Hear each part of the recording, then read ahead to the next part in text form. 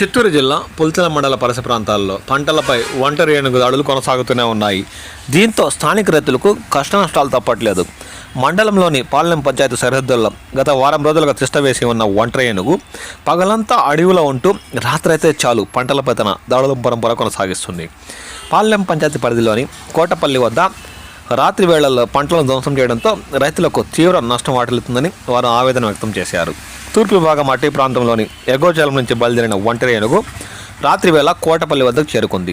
రైతులు దామోదర్, సుబ్రహ్మణ్యం, హరి, వెంకటరమణ, రఘు, సుబ్బరత్నం మామిడి తోటలకు ప్రవేశించి చెట్ల కొమ్మలను విరుచుకుంటూ తీవ్రం నష్టపరిచినట్లు వారు తీవ్రంగా వాపోతున్నారు.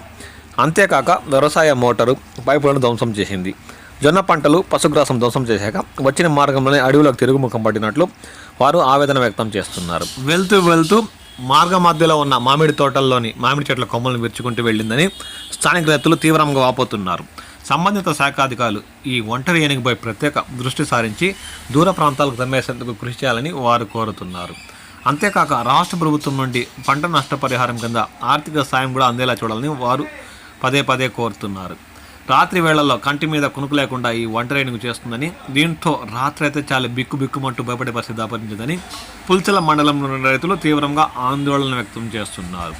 సంబంధిత శాఖ అధికారులు ప్రత్యేక దృష్టి సారించాలని వారు పదే అటవీ శాఖ అధికారులను కోరుతున్నారు.